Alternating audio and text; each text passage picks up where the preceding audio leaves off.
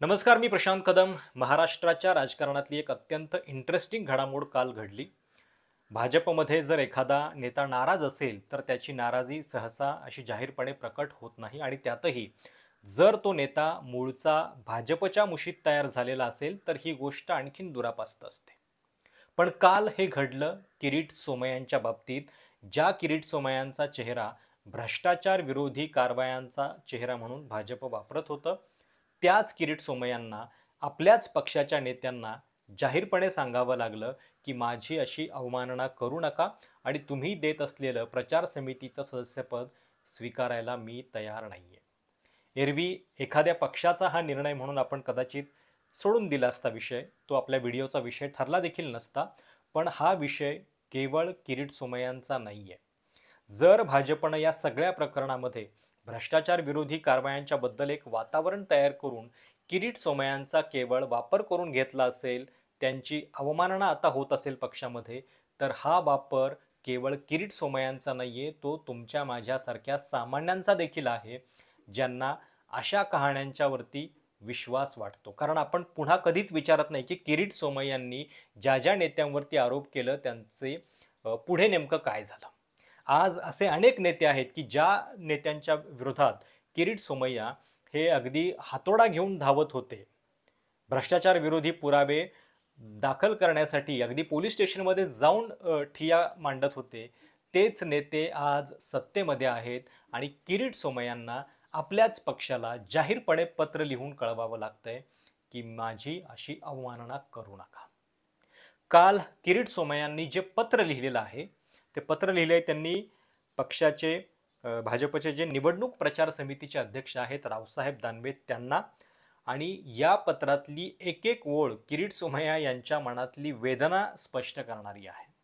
मी तुम्हाला ते थोडक्यात पत्र स्क्रीनवरती दाखवतोय आणि त्याचा महत्त्वाचा भाग तुम्हाला वाचून दाखवतो.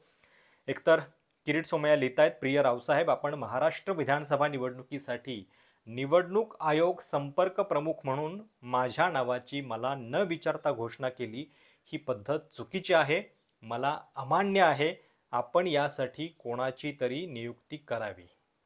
18 फेब्रुवारी 2019 रोजी भाजप शिवसेना यांची ब्ल्यूसी हॉटेल वरळी इथं झालेल्या संयुक्त पत्रकार परिषदेतून श्री उद्धव ठाकरे यांच्या आग्रहामुळे भाजप नेत्यांनी मला पत्रकार परिषद सोडून जाण्याचे निर्देश दिले. तेव्हापासून आजपर्यंत मी भाजपचा एक सामान्य सदस्य कार्यकर्ता म्हणून काम करत आहे. खरं तर पद नाकारायचं होतं तर किरीट सोमय्या केवळ त्याच्या संदर्भातली कारणं देऊन ते नाकारू शकले असते, पण इथं त्यांनी उल्लेख केलाय 18 फेब्रुवारी 2019च्या त्या घटनेचा. आणि लक्षात घ्या की त्यावेळी स्थिती काय होती. एकतर 2017च्या ज्या मुंबई महापालिकेच्या निवडणुका झाल्या, त्या निवडणुका शिवसेना आणि भाजप स्वतंत्र लढलेली होती आणि त्याच्यामध्ये बांद्र्याचा माफिया हा शब्द ठाकरेंच्या बद्दल किरीट सोमय्यांनीच वापरलेला होता आणि अगदी ठाकरेंच्या अवतीभोवती जे लोक आहेत त्या सगळ्यांची प्रकरणं त्यावेळी किरीट सोमय्या अगदी आवेशामध्ये काढत होते. अर्थात किरीट सोमय्या जर हे इतके थेटपणे करत होते तर ते भाजपच्या वरिष्ठ नेत्यांच्या आदेशांशिवाय असणार का? तर बिलकुल नाही. त्यांना तसे आदेश दिले गेलेले असणार, ठाकरेंना आपण टार्गेट करायचंय, त्याच्यानंतरच त्यांनी ही सगळी सुरुवात केलेली असणार.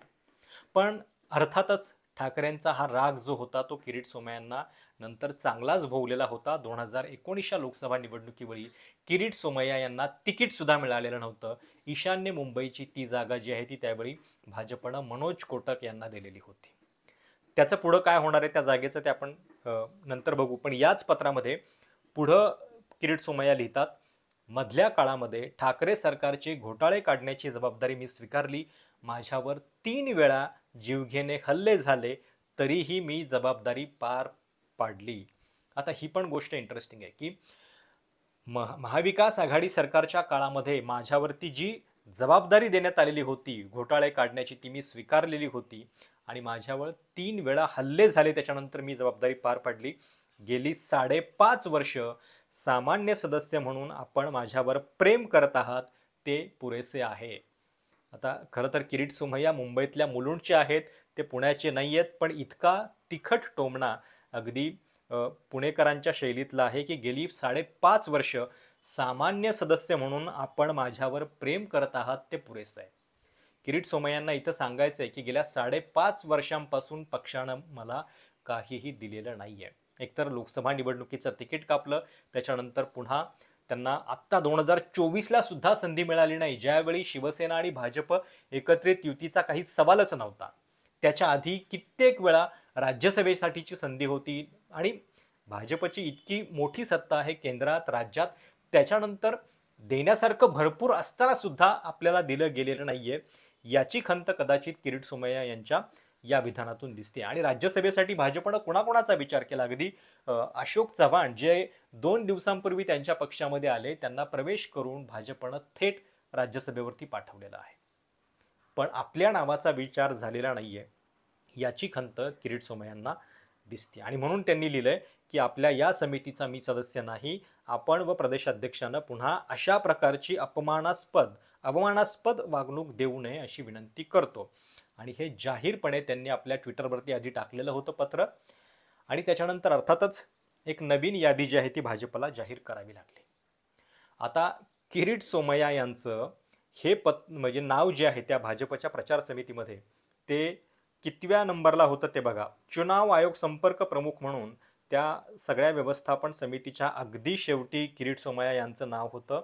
त्याच्या आधीची नावं तुम्ही बघा, अगदी राधाकृष्ण विखे पाटील, लाभार्थी संपर्क समिती, त्याच्यानंतर प्रवीण दरेकर, सहकार क्षेत्र संपर्क समिती, Niranjan Davkhare, social media IT, आणि बरीच नावं आहेत अशी. म्हणजे ही नावं मी तुम्हाला दाखवली वाचून, याचं कारण हे लोक भाजपच्या बाहेरून इतर पक्षातून भाजपमध्ये आलेले आहेत, पण त्यांची नावं या सगळ्या यादीमध्ये आहेत. अर्थात केवळ या प्रचार व्यवस्थापन समितीचा सदस्य होण्यामध्ये सुद्धा काही फार विशेष मान किरीट सोमय्या यांना वाटलेला नसेल.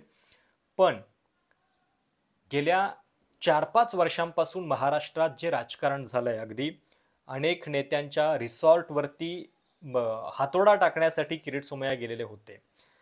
सोबतच आत्ता अजित पवारांच्या गटातले जे अनेक मंत्री आहेत, स्वतः अजित पवारांच्या पासून सुरुवात करावी लागेल, त्यांच्यावरती सुद्धा किरीट सोमय्यांनी आरोप केलेले होते.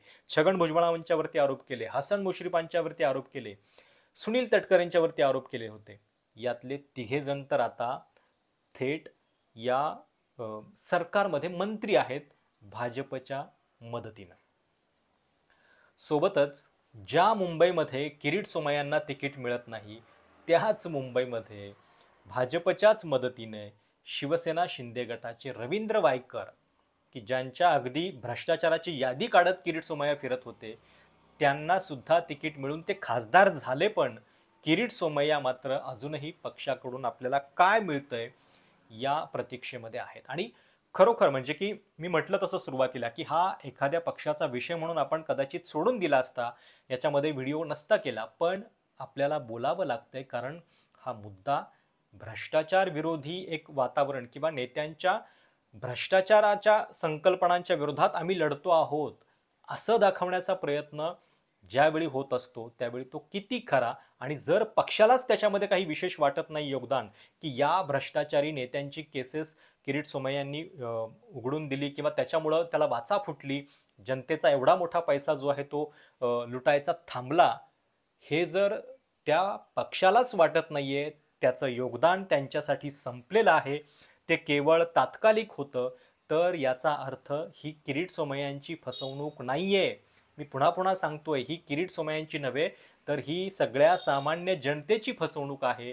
ही अवमानना, हा अपमान महाराष्ट्राच्या जनतेचा आहे, ज्यांना अशा कृत्रिम पद्धतीनं आम्ही भ्रष्टाचार विरोधी कारवाया करतो, आम्ही भ्रष्टाचाराच्या विरोधात लढतो हे सांगितलं जातं, त्या जनतेचा हा अपमान आहे. आणि त्यामुळं लक्षात घेतलं पाहिजे की हे सगळं नेमकं काय चालू आहे. कारण जर किरीट सोमय्या म्हणजे मला त्यांच्या एका गोष्टीचं कौतुक वाटतं की ज्या पद्धतीनं ते एखादा विषय हातात घेतल्यानंतर त्याच्यातले आकडे शोधून त्याच्यातली बरोबर कहाणी मीडियाच्या समोर मांडतात, त्याचा नेहमी फॉलोअप घेतात. मीडियामध्ये कसं राहायचं याचं तंत्र त्यांना अवगत आहे.